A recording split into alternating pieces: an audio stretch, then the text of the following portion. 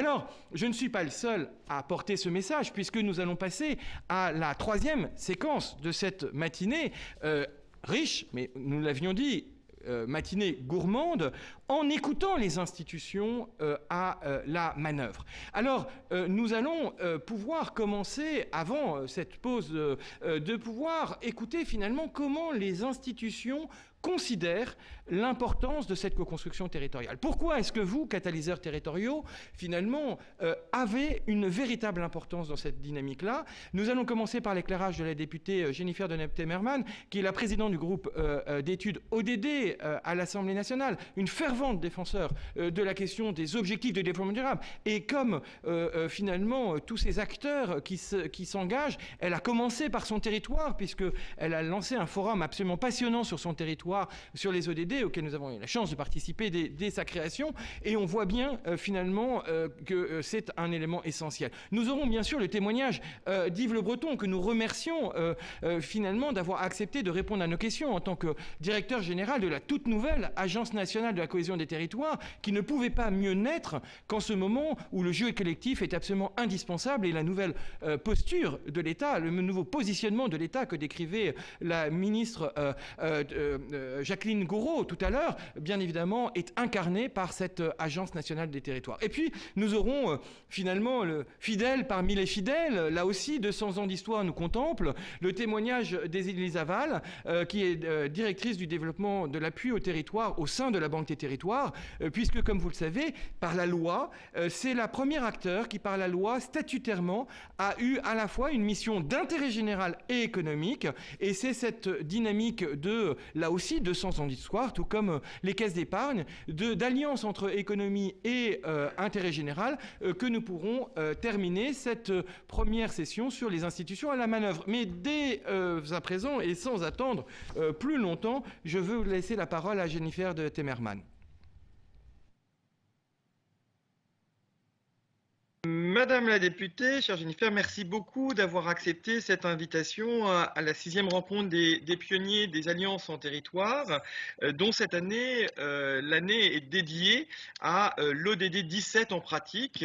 Alors, vous qui êtes la grande défenseur des objectifs de développement durable au niveau du Parlement, pourquoi, selon vous, est-il si important que justement les ODD deviennent notre cadre commun de référence?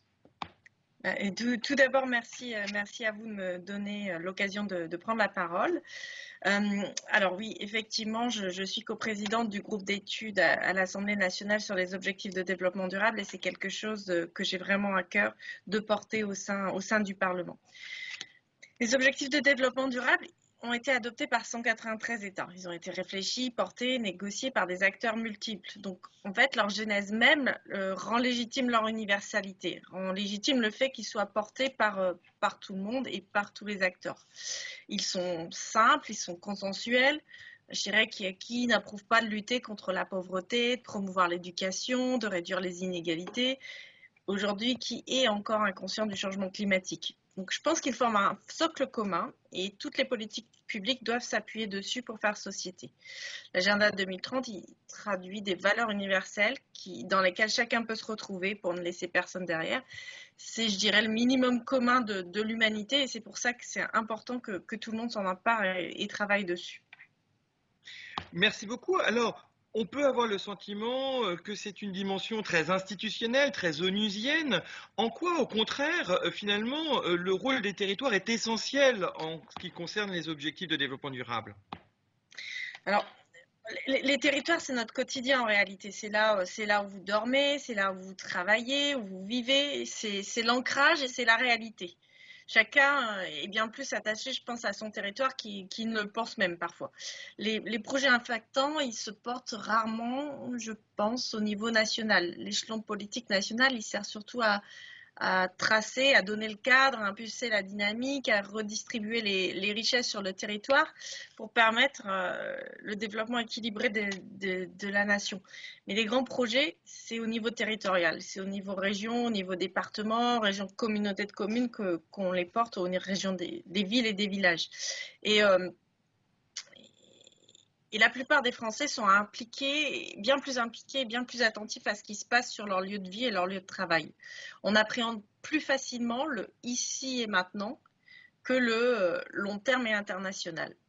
Pour beaucoup, l'agenda, il est onusien et éloigné. Il comporte ce défaut. Mais en réalité, si on ne veut pas qu'il reste une construction chimérique, il doit s'ancrer dans le réel. Et ça veut dire dans les territoires. C'est pour ça que c'est important et qu'il peut se décliner très facilement en réalité au niveau de ces territoires.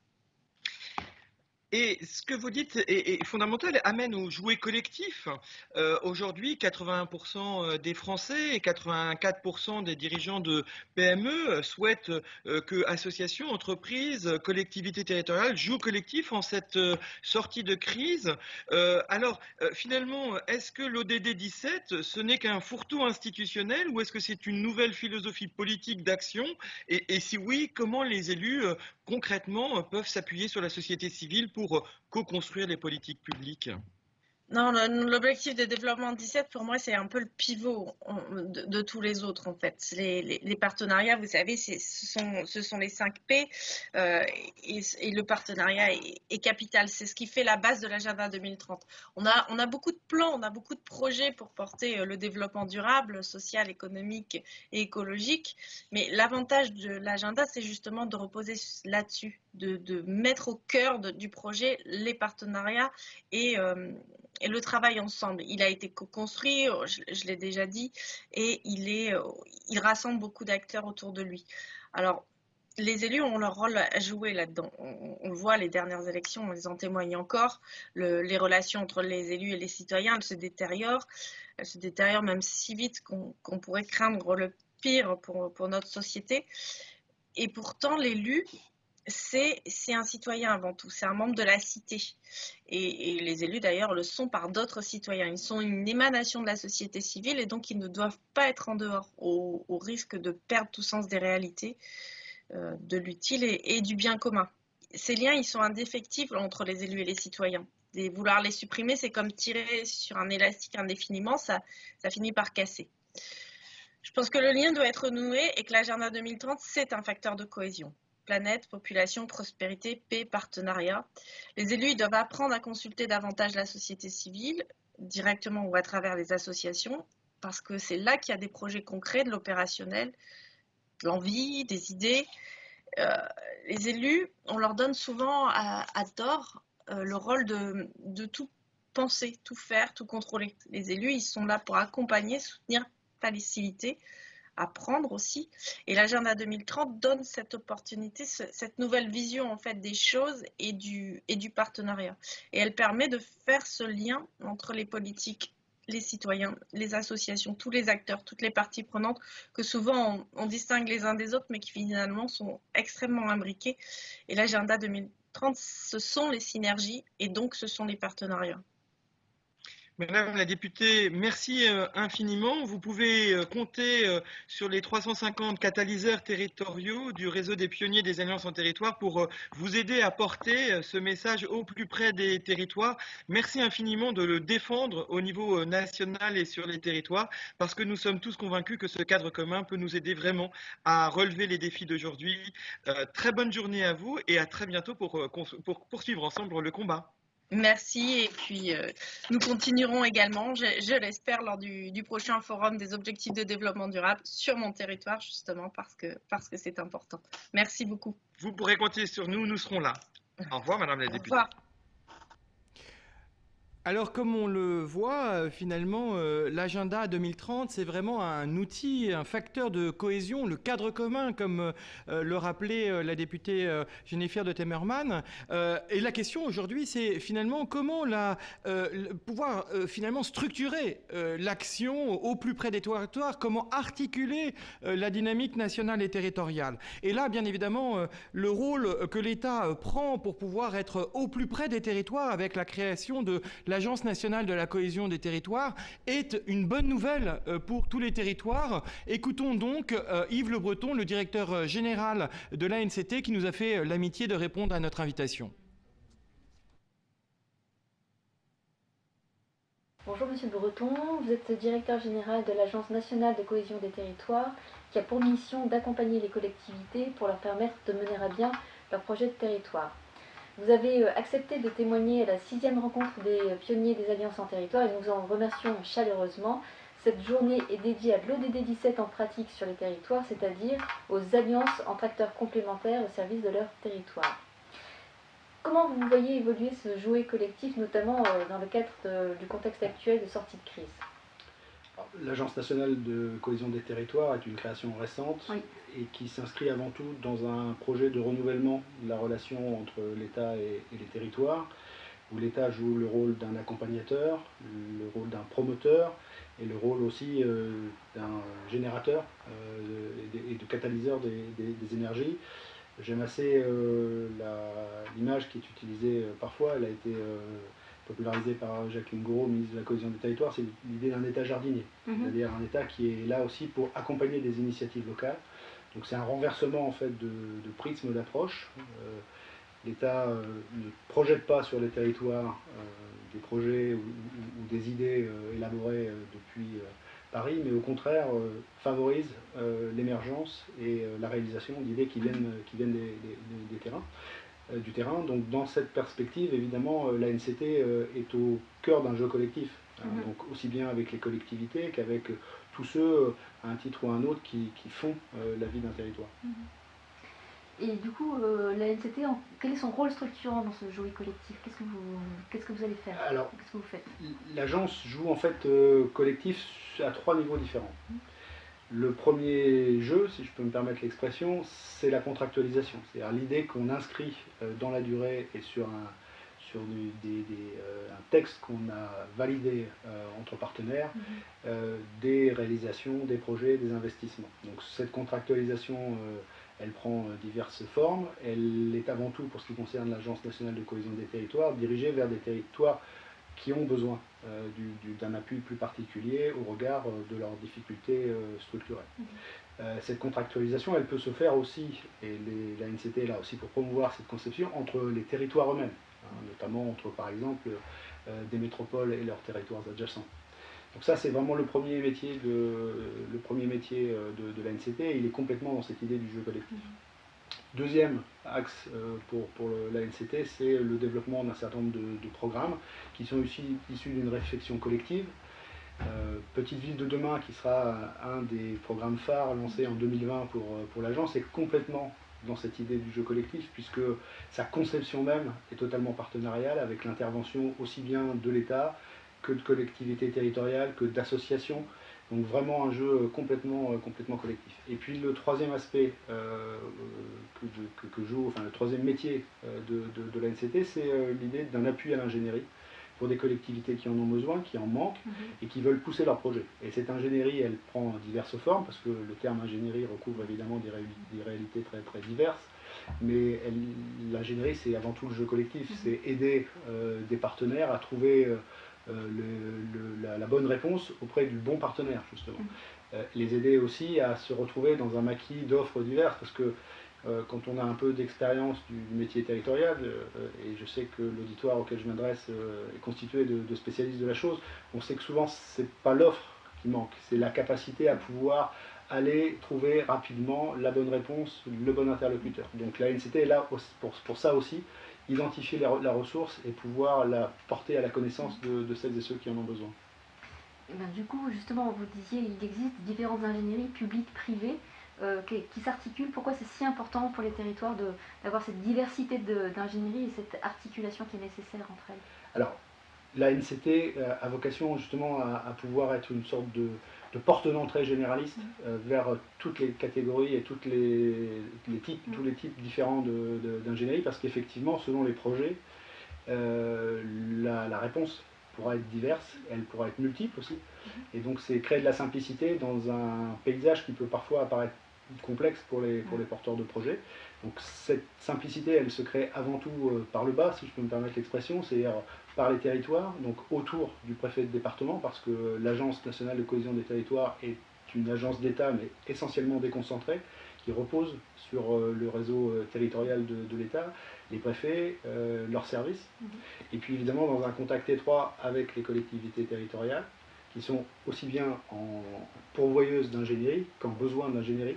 Et là aussi, je pense que l'idée de décloisonner et de pouvoir offrir des réponses coordonnées entre les différentes catégories de collectivités locales est un peu aujourd'hui au cœur des réflexions sur l'évolution des territoires. Eh bien, merci beaucoup pour votre témoignage et je pense que ça va intéresser tout l'auditoire de cette journée qui s'annonce. Merci à vous. Merci beaucoup. Alors effectivement, on voit bien la cohérence entre le témoignage de la ministre ce matin et celui du directeur général de l'ANCT. L'État jardinier s'est effectivement inversé l'approche et on voit bien le rôle absolument structurant que l'ANCT va jouer en tant que porte d'entrée généraliste et puis acteur de décloisonnement pour faciliter finalement l'articulation des politiques publiques.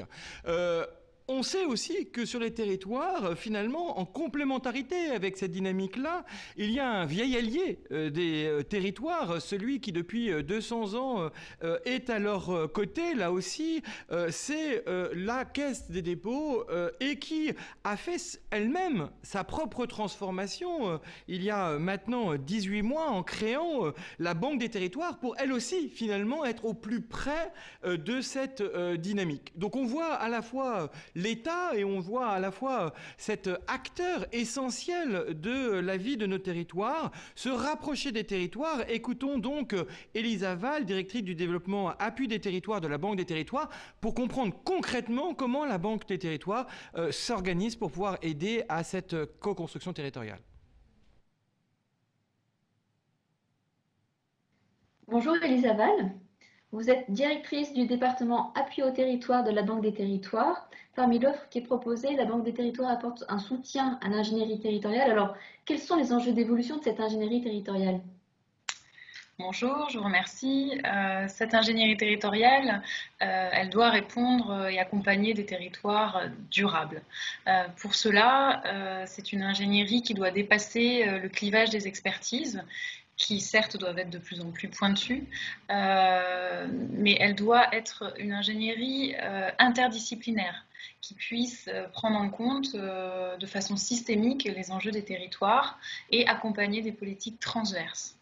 Cette ingénierie, elle doit aussi intégrer de plus en plus des processus participatifs, s'appuyer sur l'intelligence collective, prendre en compte l'ensemble des parties prenantes d'un territoire et en même temps respecter des identités territoriales très différentes.